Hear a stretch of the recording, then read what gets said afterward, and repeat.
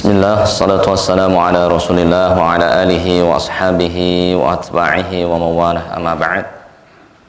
Wahayukum bitahiyatil islam. Assalamualaikum warahmatullahi wabarakatuh. Kurang semangat lemes ya.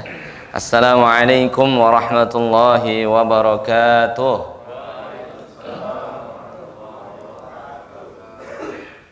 Alhamdulillah, nahmadu subhanahu wa ta'ala wa nasta'inuhu wa nastaghfiruh wa natubu ilallahi taubatan nasuha. Asyhadu an la ilaha illallah wahdahu la syarika lah wa asyhadu anna Muhammadan abduhu wa rasuluhu safiyyu wa khaliluhu alladzi la nabiyya wa la rasula ba'dah. Amma ba'd. Jamaah rahimani wa rahimakumullah yang dimuliakan oleh Allah subhanahu wa ta'ala. Wallahi jamaah, Nabi alaihi salatu wassalam bersabda, kullu bani Adam khata. Setiap anak cucu Adam ini berlumuran dengan dosa dan maksiat kepada Allah subhanahu wa ta'ala. Sejak mata ini ya terbangun sampai tertidur, wallahi dosa kita kalau dihitung kita nggak bisa menghitungnya jemaah. Namun Nabi alaihi salatu wassalam melanjutkan, wa khairul khata'ina at-tawwabun. Sebaik-baik orang yang sebelumnya berdosa, bermaksiat, pernah tidak sholat, pernah tidak puasa Ramadan, atau bahkan pernah berzina, mengambil harta orang lain, wa khairul khata'ina at-tawwabun. Sebaik-baik orang yang pernah berbuat salah, yaitu orang ini yang kembali kepada Allah subhanahu wa ta'ala dengan bertaubat, bersimpuh kepada Allah subhanahu wa ta'ala. Dan kita kemarin sudah menyebutkan salah satu syarat-syarat taubat itu ada 3. Kalau ini berkenaan dengan maksiat kepada Allah. Adapun ketika berbuat dosa kepada sesama makhluk ada 4 syarat. Syarat yang pertama, al-iqla'u 'anil ma'siyah. Kita melepaskan diri dari dosa tersebut. Ini syarat yang pertama. Yang kedua, an-nadmu, merasa menyesal akan dosa yang pernah kita lakukan. Yang ketiga, al-azmu alla ya'uda fiha. Yang ketiga, berjanji kepada Allah untuk tidak mengulanginya.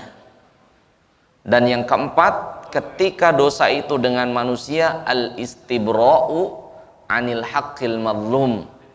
Kita langsung meminta maaf kepada orang yang pernah kita zalimi, wa raddul madzalim, dan mengembalikan apa yang pernah kita ambil darinya. Mungkin dulu kita agak nakal ya, ngambil makanan orang ke warung, dan lain sebagainya. Raddul madzalim, minta maaf dan mengembalikan hak orang tersebut jemaah. Namun di sini ada syarat yang sangat penting yang ketiga, yaitu an-nadmu, yaitu merasa menyesal. Merasa apa? Menyesal dengan dosa yang pernah kita perbuat.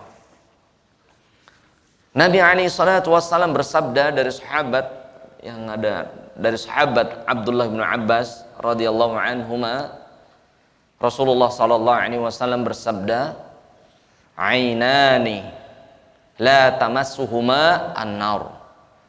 Ada 2 mata yang tidak akan tersentuh dan melihat api neraka. Ini 2 mata ini cuma. Ada 2 mata yang tidak akan tersentuh dan juga tidak akan melihat api neraka. Melihatnya saja tidak, apalagi tersentuh mata tersebut oleh api neraka. Rasulullah SAW bersabda, yang pertama, ainun bakat min khosyatillah, yaitu mata yang menangis karena takut kepada Allah subhanahu wa ta'ala. Takut Allah tidak mengampuni kita, takut Allah akan menyiksa kita, takut Allah akan melempar kita ke neraka, takut Allah tidak menerima amal ibadah kita karena dosa kita.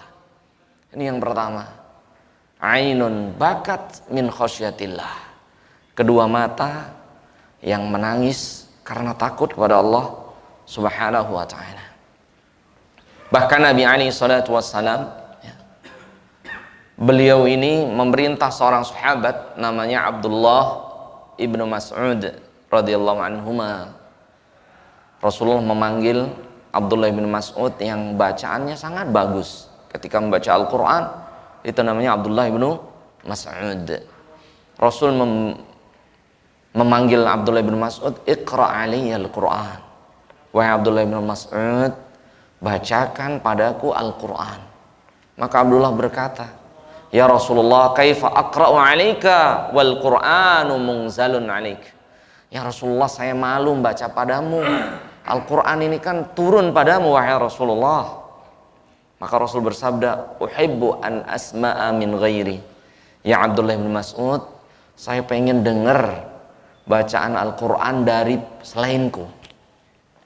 Maka Abdullah bin Mas'ud ini membaca surah apa jemaah?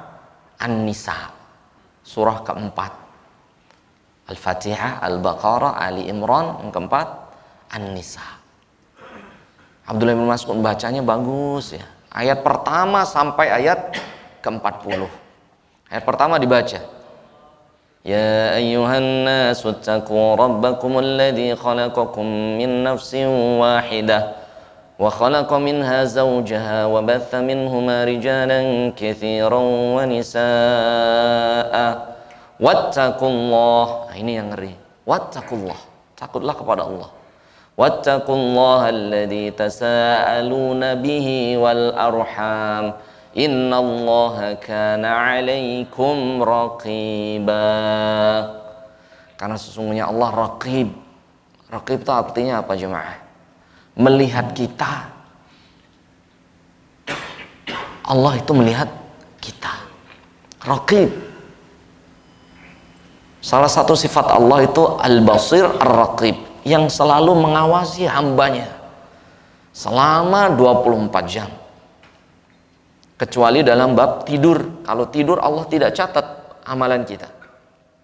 Allah ketika tidur, apa yang diperbuat kita ketika tidur tidak dicatat oleh Allah Subhanahu wa taala. Rufi'al aqlamu an thalath. 3 hal yang tidak dicatat oleh Allah Subhanahu wa taala, as-sabi hatta yahtalim.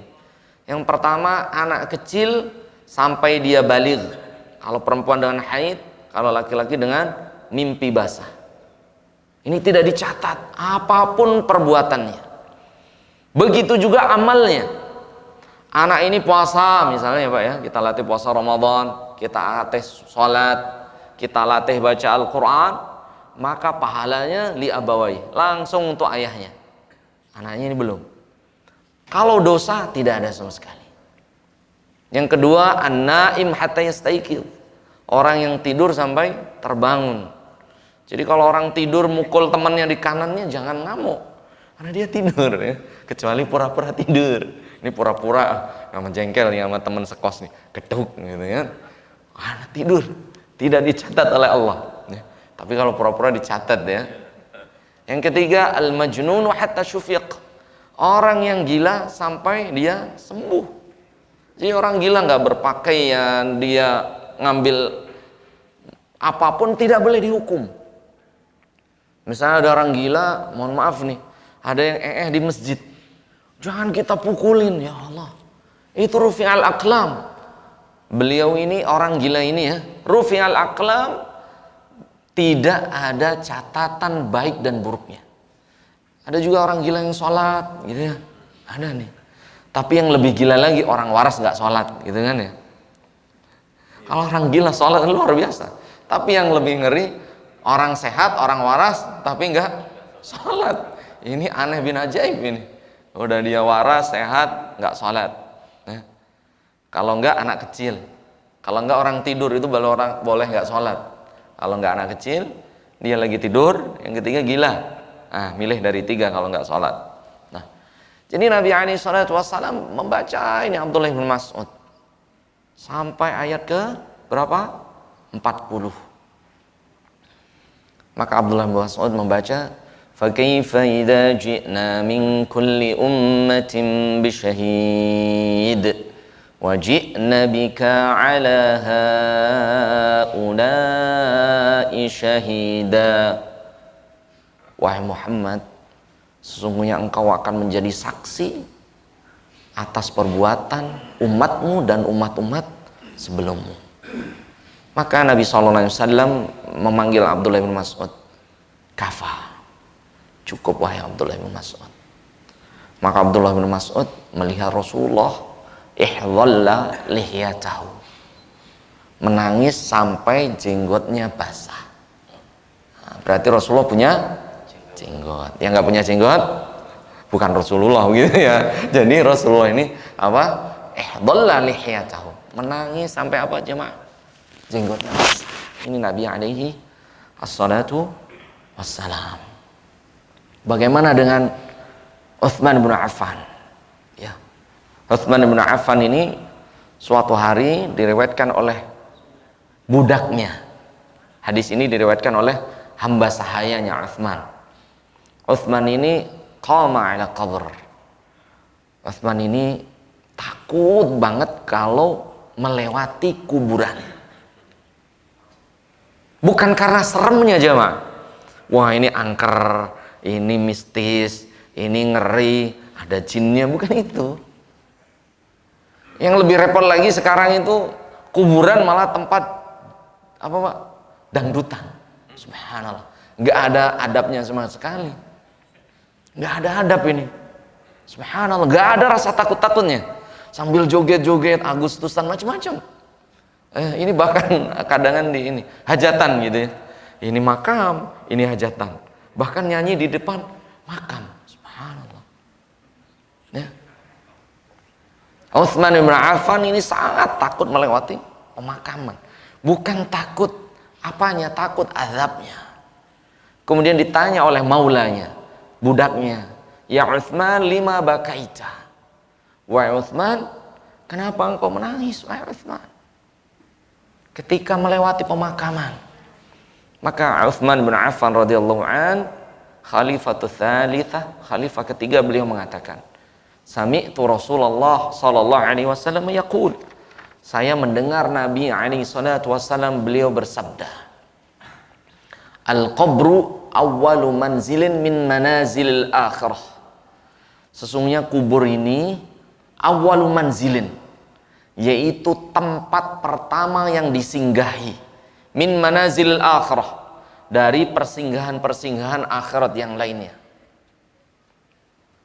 Faman naja, barang siapa yang selamat dari azab kubur, fama ba'dahu aisar. Sesungguhnya setelahnya mudah. Setelah azab kubur, setelah kuburan ini, setelahnya apa Pak? Mudah.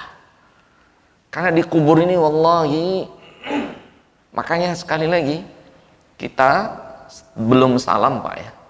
Setelah membaca innaka fil alamina innaka hamidum majid, atau bacaan tasyahud yang kedua innaka hamidum majid, boleh pilih dua-duanya, baca Allahumma inni a'udzubika min adzabi jahannam wa min adzabil qabri.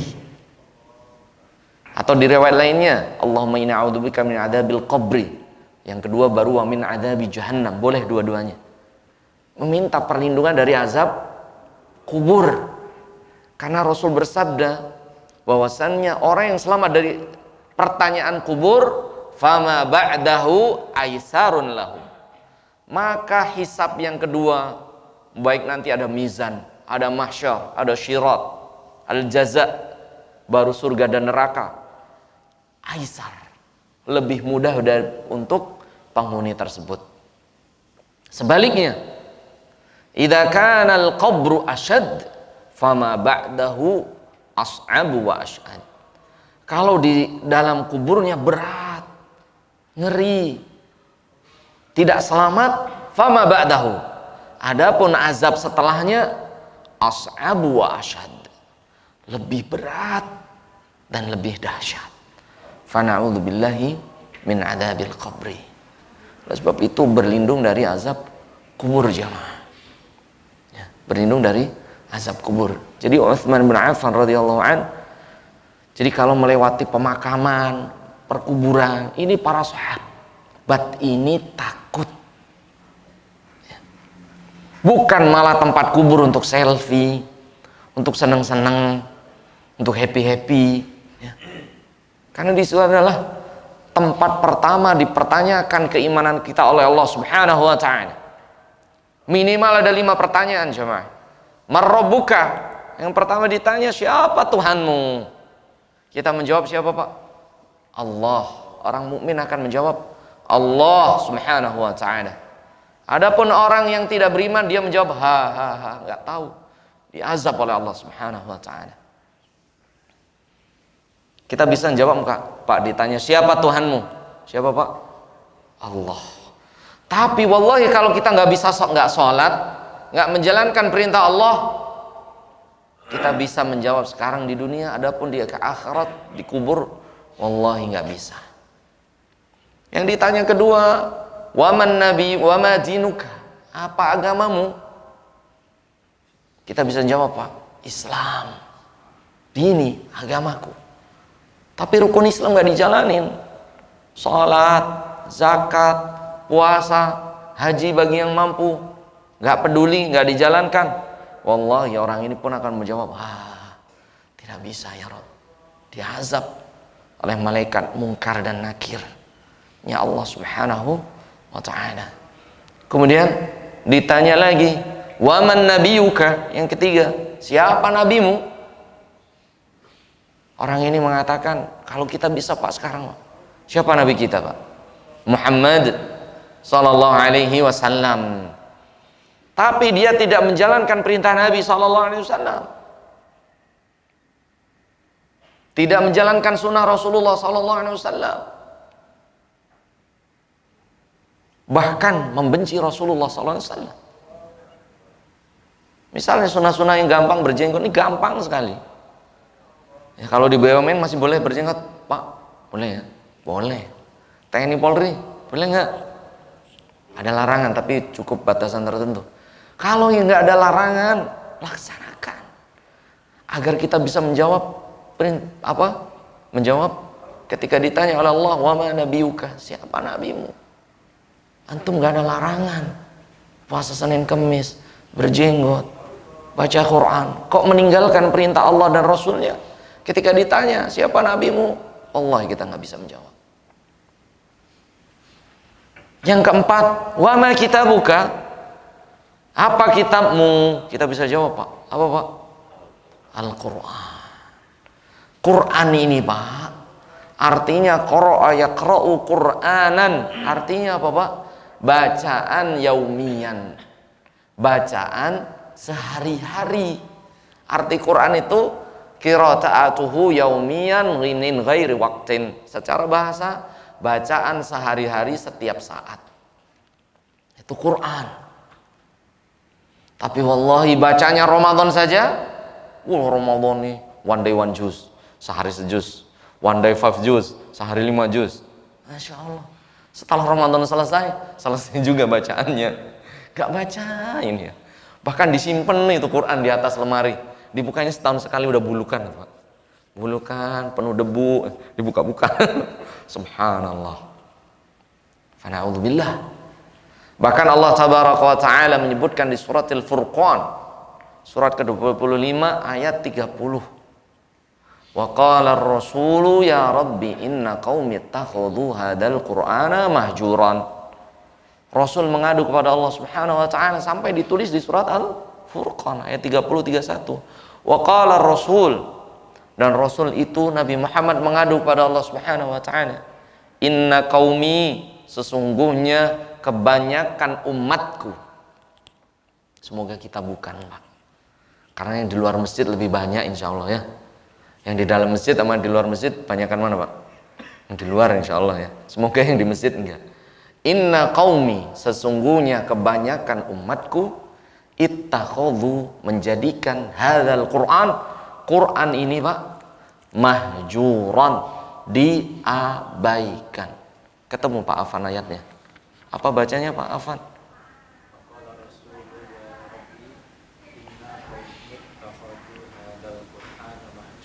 Artinya, katalah Rasul ya Tuhanku, sesungguhnya kaumku menjadikan Al-Quran itu sesuatu yang tidak diajukan.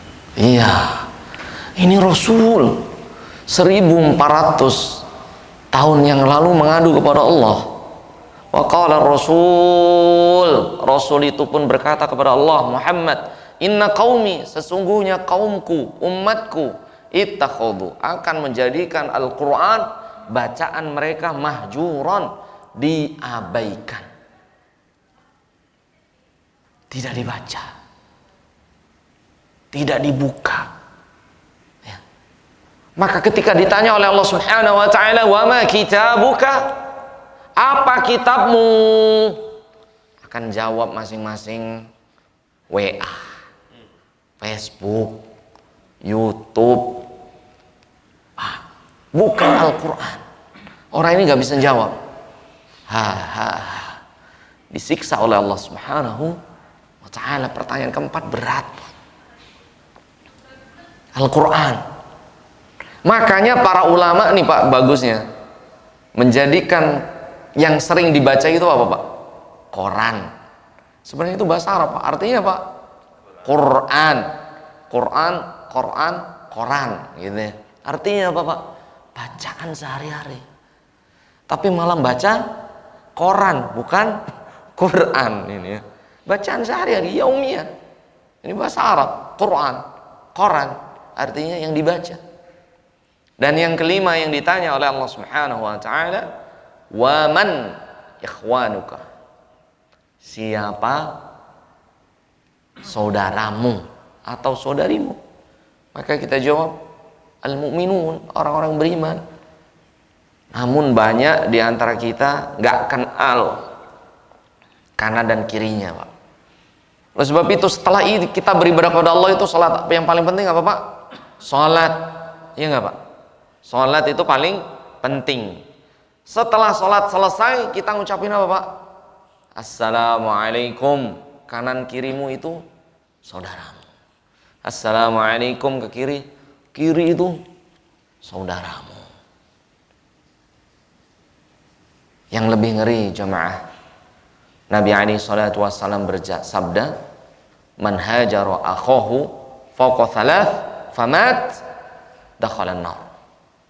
Barang siapa hajara, mendiamkan, akhahu, saudaranya, thalatha ti ayyam, lebih dari 3 hari, famat, kemudian dia mati di pertengahan 3 hari tersebut, dakhalan nar, orang ini masuk nerakanya Allah Subhanahu wa ta'ala.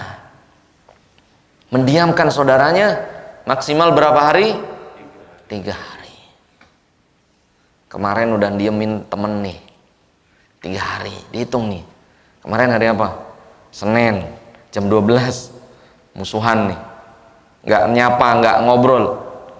Senin, Selasa, Rebo udah jam 10, 11, maksimal jam 12. Bahkan Nabi alaihi salatu wassalam bersabda, man hajara akhahu fawqa thalath lam yuqbal salatuhu. Barang siapa mendiamkan saudaranya lebih dari 3 hari, kok dia lewat 4 hari, 5 hari, 6 hari, 7 hari, dia sholat, dia puasa, lam tuqbal, nggak diterima oleh Allah Subhanahu wa ta'ala. Ngeri ya Pak? Saudara seiman Pak. Saudara seiman, mau saudara kandung, mau tetangga, selama dia masih beriman kepada Allah Subhanahu wa ta'ala, batas maksimalnya 3 hari. Ustadz, saya nggak 3 hari Ustadz, 3 tahun. Subhanallah. Ada yang mendiamkan saudara yang 3 tahun Pak. Ini biasanya karena warisan, nih Pak, mohon maaf nih, karena hutang piutang, iya Pak. Kebanyakan karena apa? Warisan. Ya. Mendiamkan saudaranya bahkan sampai mati. Subhanallah. Saudaranya mati, dia tetap nggak ngobrol, nggak ngomong. Maka nanti ada dalam bab Riyadhus Shalihin ini bab khusus larangan mendiamkan saudaranya, yaitu melebihi berapa? 3 hari. Bab khusus tahrimul hijran bainal mu'minin, larangan mendiamkan saudaranya selama berapa Pak? 3 hari. Nanti Masya Allah bahaya sekali ya. Salah satunya apa Pak? Tidak diterima ibadahnya kalau lebih dari 3 hari. Yang kedua apa Pak? Orang ini kalau mati melebihi dari 3 hari tersebut Pak, kok belum menegur kanan kirinya saudaranya, Masya Allah, maka diancam oleh Allah Subhanahu wa ta'ala, dakhalan nar, orang ini akan masuk nerakanya Allah Subhanahu wa ta'ala. Ya, oleh sebab itu 5 pertanyaan ini Pak. Marrabbuka, siapa Rabbmu? Wa madinuka, apa agamamu? Wa ma nabiyuka, siapa nabimu? Wa ma kitabuka, apa kitabmu? Yang terakhir, wa man ikhwanuka, siapa ikhwan, saudaramu? Kalau kita masih ada permusuhan, ya, segera datangin, segera WhatsApp saudara kita di kampung yang ada masalah, baik utang piutang, warisan, pasti ada Pak kita. Hampir setiap kita punya masalah, baik dengan saudara kandung, naudzubillah, atau orang tua kita, atau tetangga kita, atau teman seperkerjaan. Kalau ada masalah belum tegur 3 hari, segera WhatsApp, telepon, ngobrol, minta maaf. Walaupun kita benar, walaupun apa Pak? Kita benar. Karena kadang kalau merasa benar males Pak, males kita Pak. Padahal Nabi SAW bersabda, orang yang terbaik di antara kalian adalah alladzi yabda'us salam, yang pertama mengucapkan salam walaupun dia benar. Kan kadang dia yang salah nih, simpangan melengos-melengos Pak, sama-sama nabrak tembok akhirnya Pak. Bagaimana Ustadz, aneh udah ngucapin salam, dianya nggak jawab. Maka apa jawaban Nabi SAW? Faqad istabra an haqqihi. Orang yang ngucapin salam sudah selesai dari larangan mendiamkan saudaranya, yang kalau mati masuk neraka, naudzubillah, dan tidak diterima ibadah apapun yang dia lakukan kalau lebih dari 3 hari. Ini cuma Wallahul musta'an. Semoga Allah Subhanahu wa ta'ala menyelamatkan kita semuanya. Amin ya rabbal alamin. Ini jamaah yang dimakan Allah Subhanahu wa ta'ala. Dan mata yang kedua yang akan selamat dan tidak tersentuh api nerakanya Allah Subhanahu wa ta'ala, ainun tahrusu batat tahrusu fisabilillah, yaitu mata batat yang tidak tertidur, tahrusu karena dia menjaga fisabilillah, di jalan Allah Subhanahu wa ta'ala. Ya, mata ini tidak terpejam karena apa? Beribadah kepada Allah Subhanahu wa ta'ala. Kalau hadisnya yaitu yang berjihad. Namun sebagian ulama mengatakan yaitu orang yang beribadah. Ya. Dia nangis, dia matanya tidak terpejam karena apa? Beribadah kepada Allah. Bisa baca Quran ngantuk-ngantuk Pak malam hari, ya. Turun ayat surat 73 74, ya ayyuhal muzammil qumil laila inna qalila.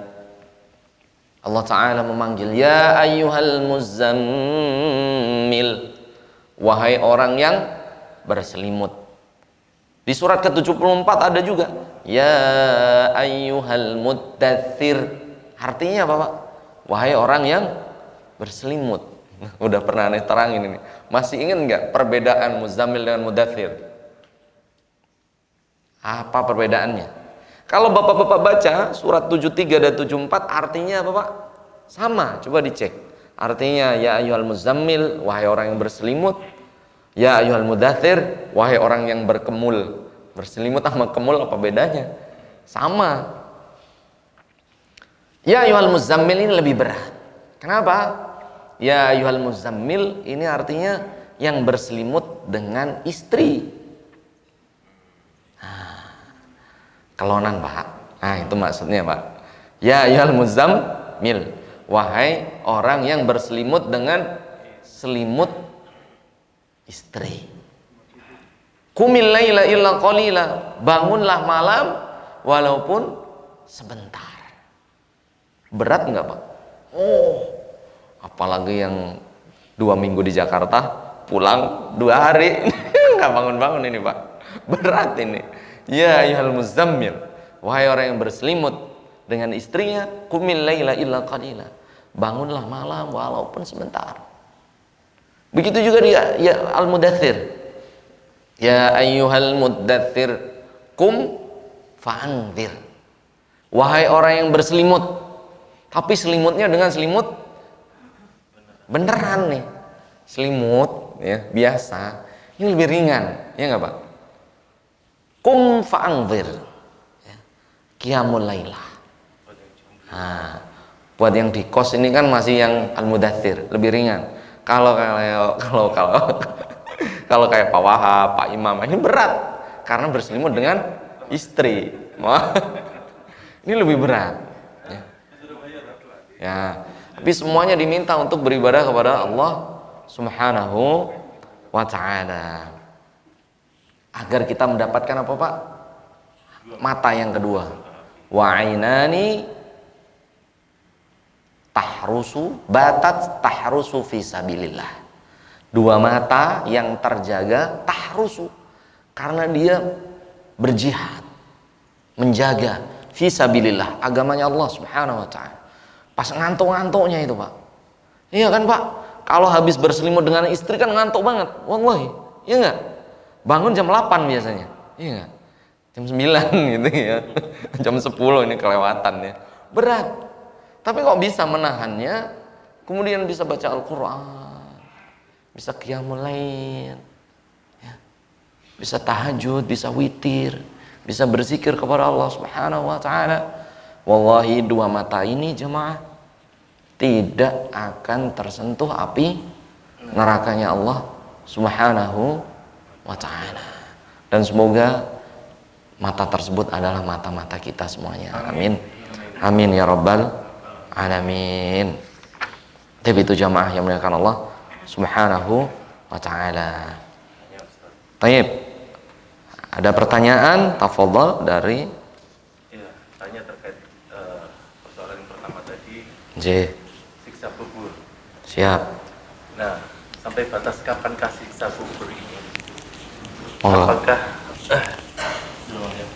Apakah siksa kubur ini sampai nanti ada hari kiamat, hari kiamat, atau sudah berjalan semenjak si mayat ini ditanya dengan 5 pertanyaan tadi? Ya. Nah, kalau memang batasnya sampai akhir nanti terjadi kiamat, berarti yang meninggal yang di awal-awal dulu kan ini siksanya berjalan terus sampai di hari kiamat. Nah, ini apakah ada batasannya atau bagaimana? Bagaimana? Apakah ada batasannya? Kalau seandainya sudah dianggap selesai nih 10 tahun, padahal kiamat belum ada nih, jauh. Apakah dia akan disiksa terus sampai di hari kiamat nanti jatuh, kemudian dihisab lagi, ataukah pada saat setelah siksa kubur itu sepanjang umurnya dia pada saat sudah lama, katakanlah tahun berapa, setelah 2000 berapa, 10 atau berapa ya, berarti kan sudah 12 tahun kan? Nah, apakah sampai dengan 12 tahun dianggap sudah selesai, nanti di sana sudah nggak perlu dihisab lagi, atau selama dia meninggal itu sampai nanti ketemu di hari kiamat, kiamat apa? Kiamat kubro. Kubro ya. Tanya. Di situ berakhir siksa kuburnya, kemudian dilakukan lagi hisab. Nah, berarti kan 2 kali nih. Apakah seperti itu, Ustaz? Tayyib. Naam, tayyib. Jazakallahu khairan. Meninggal dulu ini. Tayyib. Jazakallahu khairan untuk pertanyaan dari Pak Zul. Pertanyaan beliau yang ana jawab ya. Apakah orang yang meninggal dunia ya akan ditanya oleh 5 pertanyaan? Ya, betul ya. Apa sampai kapan itu ya azabnya? Apakah sampai yaumul qiyamah atau ada batasan tertentu azab kubur itu ya? Tayyib, kita jawab ya. Bahwasanya yang pertama kita harus percaya Ahlus Sunnah wal Jamaah yaitu naimul qabri wa adzabuha.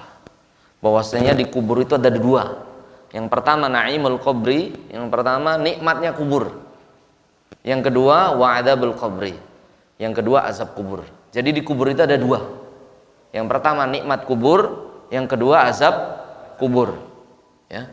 Karena Rasulullah SAW bersabda, ya, berdoa kepada ahli kubur, Allahumma ja'al qabrahu raudhatun min riyadil jannah, wa la taj'al qabrahu fratun min hufarin niran. Ya Allah, jadikanlah kuburan kaum muslimin ini adalah raudhatun min riyadil jannah, taman-taman surga. Jadi di kubur itu juga ada kenikmatan bagi orang yang beriman. Namun di sisi lain ada hufratun min hufarin niran, bahwasanya kubur ini adalah salah satu dari lubangnya api nerakanya Allah Subhanahu wa taala bagi orang yang bermaksiat kepada Allah Subhanahu wa taala. Sekali lagi, di kubur itu ada dua. Bisa menjadi salah satu taman-taman surganya Allah, atau menjadi na'udzubillah salah satu dari lubang api nerakanya Allah Subhanahu wa taala. Ya, ini ada dua nikmat. Jadi bagaimana kalau orang yang beriman? Jelas yang pertama dia tetap ditanya 5 hal. Kalau 5 pertanyaan ini selamat, maka apa yang terjadi setelahnya adalah menjadi apa? Taman surganya Allah Subhanahu wa taala. Sebaliknya, kalau orang ini tidak bisa menjawab 5 pertanyaan tadi, berarti dia penuh maksiat kan? Meninggalkan perintah Allah. Dia tidak bisa menjawab siapa Rabbmu. Yang kedua, tidak menjalankan agama ini dengan baik. Dia tidak bisa menjawab apa agamamu. Yang ketiga, tidak membaca Al-Quran, maka dia tidak bisa menjawab apa kitabmu. Yang keempat, apa tadi? Wama dinuka, ikhwanuka, nabiyuka, kitabmu ya. Kitabmu nggak bisa jawab. Yang terakhir, saudaramu. Dia mempunyai musuh dari kaum muslimin pun tidak bisa menjawab. Maka setelahnya azab kubur yang menanti. Na'udzubillah. Sampai kapan azab kubur ini? Kalau orang ini penuh maksiat kepada Allah Subhanahu wa taala, azab kuburnya kekal sampai yaumul qiyamah. Namun kalau orang ini punya dosa, punya maksiat, tapi punya amal-amal soleh yang diterima oleh Allah Subhanahu wa taala. Kalau tadi orang kafir, kekal kafir. Orang yang tidak masuk agama Allah kekal selama-lamanya. Ya. Bahkan nanti ada Fir'aun.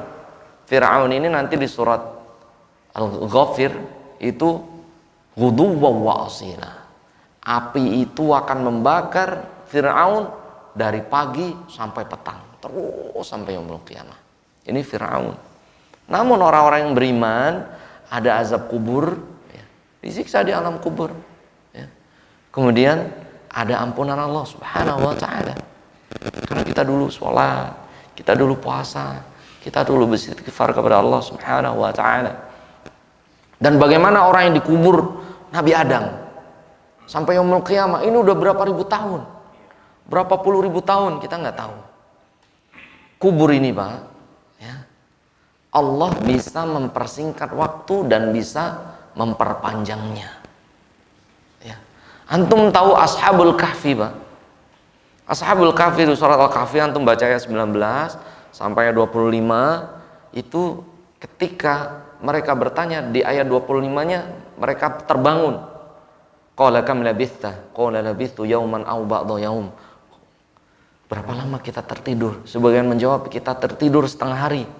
Yang lainnya kita tertidur sehari. Maka fab'athu ahadakum biwarikukum hadhihi lal madinati falyanzur ayyuha azka ta'aman falyatikum birizqin minhu wal yatalattaf wala yush'iranna bikum ahada. Untuk membuktikan berapa lama kita tidur, yuk belanja ente. Rupanya duit ini ratusan tahun yang lalu. Maka dijawab oleh Allah Subhanahu wa taala ayat 25-nya, falabithu fi kahfihim 300 sinina wazdadu tis'a. Rupanya mereka tidur selama 309 tahun. Ini kalau orang mati 309 tahun lama nggak Pak? Lama. Tapi Allah buat hanya seperti setengah hari di hadapan Ashabul Kahfi. Jadi orang-orang yang soleh meninggal 1000 tahun yang lalu, 2000 tahun yang lalu, Allah singkat sesuai kehendak Allah. Seolah-olah mati hanya setengah hari. Nah, Bahkan nanti di surat Al-Baqarah, ya. Nanti surat Al-Baqarah di juz 3, ya. Ada orang yang tidak beriman tentang hari kematian dan kebangkitan. Ya. Maka turunlah ayat, bisa dicek ayatnya ya. Kalau Al-Kahfi kan pada hafal. Kalau di Al-Baqarah di juz 3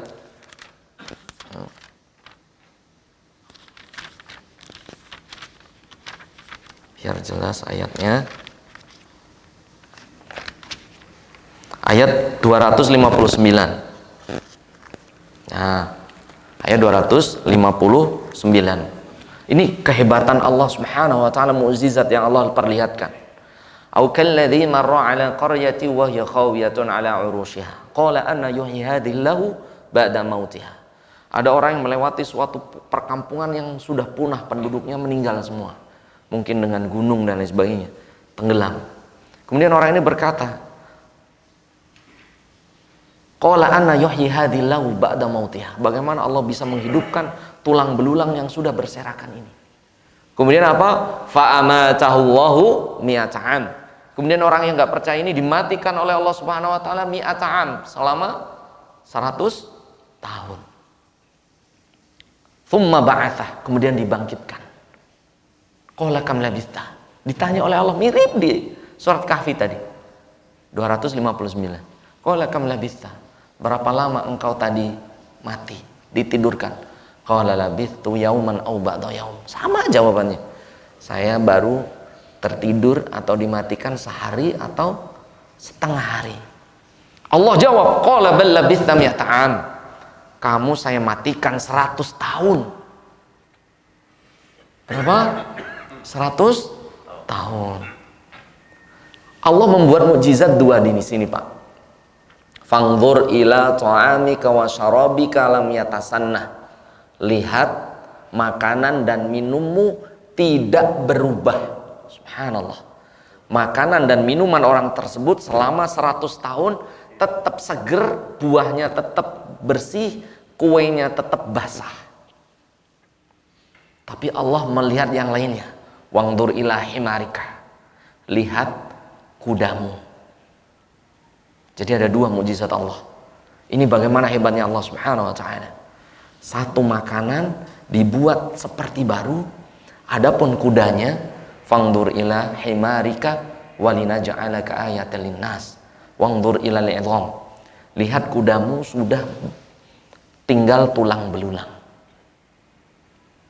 Kaifa nunshizuha. Kami susun kembali. Thumma naksuha lahma.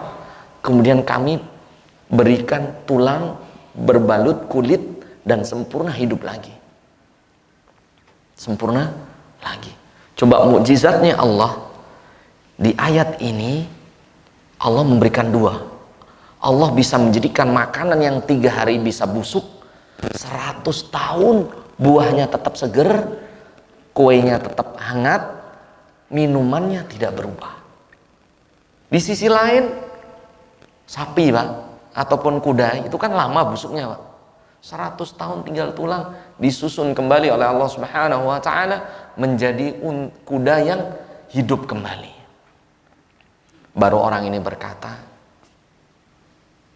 "Oh ilahi marika walina ja'alaka ayatan linnas wangdur ila nidhami kaifa nunshizuha thumma naksuha lahma." Falamma tabayyana lah, ketika semua sudah nampak, qala a'lamu anna Allah ala kulli syai'in qadir. Sungguh aku yakin bahwasanya Allah Maha berkuasa atas segala sesuatunya. Ini jamaah. Bagaimana nanti orang yang diazab sejak Nabi Adam meninggal sampai yaumul qiyamah, nunggu puluhan ribu tahun. Allah jadikan sehari bisa. Allah jadikan 5 menit menurut ahli kubur tersebut pun bisa. Karena apa? Innallaha ala kulli syai'in qadir. Allah Maha kuasa atas segala sesuatu. Oleh sebab itu logika dalam bab agama ada kalanya logika ini mengalah dengan kalam Allah Subhanahu wa taala. Ya, sekali lagi akidah walaupun bertentangan dengan logika, kalau berdasarkan Al-Qur'an dan hadis sami'na wa ata'na. Orang mukmin hanya mengatakan kita taati, kita dengarkan. Ya. Hisabnya tetap ada. Adapun waktu Allah yang atur itu, Pak. Adapun setelah itu ada yaumul qiyamah, kemudian hisab, kemudian mizan, kemudian mahsyar, kemudian sirat, jembatan, baru surga dan neraka. Banyak doa, Pak, agar hati kita menjadi hati yang lembut. Kita berdoa kepada Allah Subhanahu wa taala. Allahumma ya Allah, ya muqallibal qulub, tsabbit qalbi ala dinik. Allahumma ya muqallibal qulub, sarrif qalbi ala ta'atik. Ya Allah, zat yang membolak-balikkan hati, teguhkanlah hatiku untuk selalu dalam agamamu. Wahai Allah, zat yang membolak-balikkan hati, sarrif qalbi ala ta'atik, teguhkanlah hatiku untuk selalu mentaatimu. Rabbana zalamna anfusana wa illam taghfir lana wa tarhamna lanakunanna minal khasirin. Rabbana atina fid dunya hasanah wa fil akhirati hasanah wa qina adzabannar. Wa sallallahu ala nabiyyina Muhammadin sallallahu alaihi wasallam wa akhiru da'wana anil hamdulillahi rabbil alamin. Wassalamu alaikum warahmatullahi wabarakatuh.